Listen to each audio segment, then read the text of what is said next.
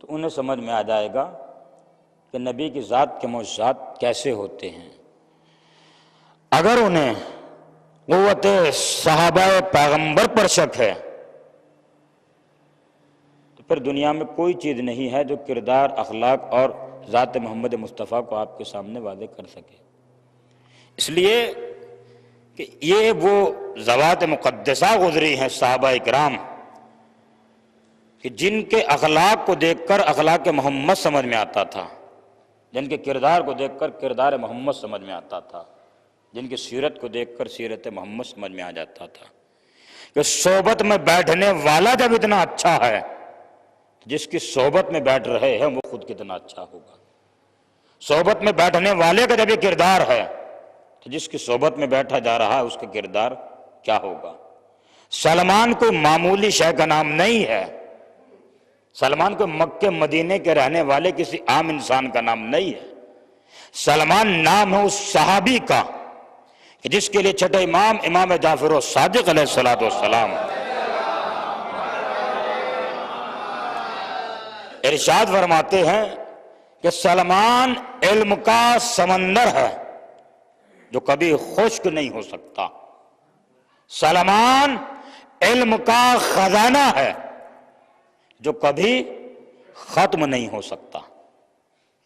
علم کا سمندر جو کبھی خشک نہیں ہو سکتا، علم کا خزانہ جو کبھی خشک نہیں ہو سکتا۔ تو جب اتنے بڑے صحبت پیغمبر میں رہنے والا علم کا سمندر بن سکتا ہے تو ذات پیغمبر خود کتنی بڑی سمندر ہوگی، مقام پیغمبر خود کتنا بلند ہوگا، عظمت پیغمبر خود کیا بلند ہوگی۔ تو عزیزان گرامی، میں آپ کے ضمن میں جو بات کہی اس کو واضح کرتا چلوں کہ علم سلمان کیا ہے کہ پیغمبر اسلام اس جنگ کے ارادے سے گئے جسے جنگ خندق کہا جاتا ہے، اور میں آپ کی خدمت میں یہ بھی عرض کر دوں کہ پیغمبر نے کسی سے جنگ نہیں لڑی، پیغمبر نے کسی سے کوئی جنگ نہیں لڑی، پیغمبر سے لوگ جنگ لڑے ہیں، پیغمبر کسی سے لڑنے کے لیے نہیں گئے، کیونکہ یہ کردار نبی کے غیر بات ہے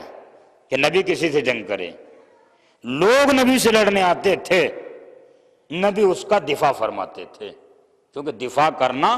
واجب ہے کہ انسان پر جب کوئی حملہ کرے تو اسے اپنی دفاع کا اہتمام کرنا، اپنی جان کا بچانا، اپنے اعزاء و اقارب کی جان کا بچانا، اپنے متعلقین کی جان کا بچانا واجب بھی ہے اور لازم بھی ہے۔ تو پیغمبر دفاع فرماتے تھے، خود سے کوئی جنگ لڑنے کے لیے نہیں جاتے تھے۔ جنگ خندق کے لیے جب کفار جمع ہوئے اور یہ کہتے ہوئے جمع ہوئے کہ اس جنگ میں ہم اسلام کا خاتمہ کر دیں گے اور یہ مسلمان جس کا کلمہ پڑھتے ہیں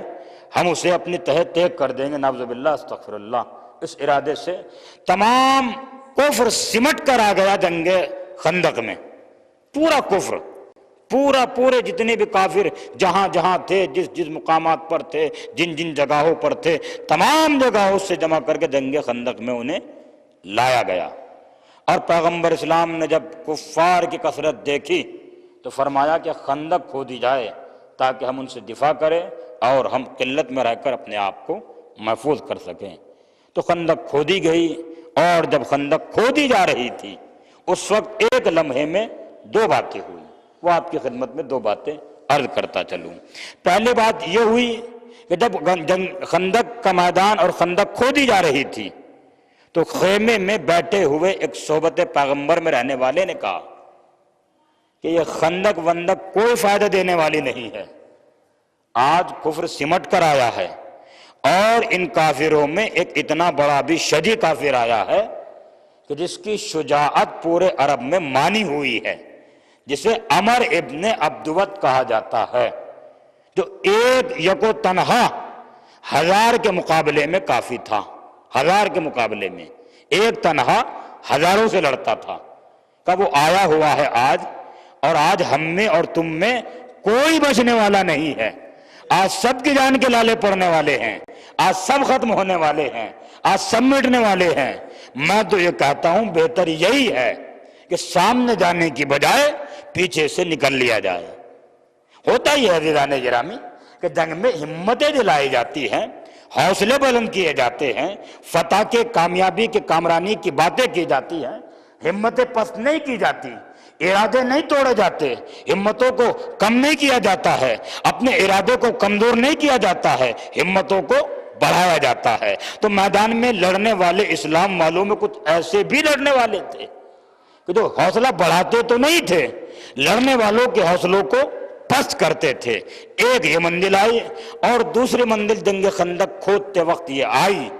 کہ جب خندق کھودی جا رہی تھی تو آپ نے دیکھا ہی ہوگا کہ جب چند لوگ کہیں جمع ہوتے ہیں تو کسی بھی شے کے تعلق سے گفتگو ہوتی ہے، کسی بھی شے کے تعلق سے لوگ آپس میں ایک دوسرے سے باتیں کرتے ہیں۔ تو بات کرتے ہوئے کچھ لوگ کہنے لگے کہ سلمان، تم ہم پر کسی طرح کی کوئی فوقیت نہیں رکھتے، تم ہم پر کسی طرح کی کوئی افضلیت نہیں رکھتے، تم ہم پر کسی طرح کا کوئی اولیٰ بالتصرف کا حکم نہیں رکھتے، بلکہ ہم ہر لحاظ سے تم میں بہتر ہیں۔ اور یہ باتیں کرتے ہوئے سلمان کو نیچا دکھانے کے لیے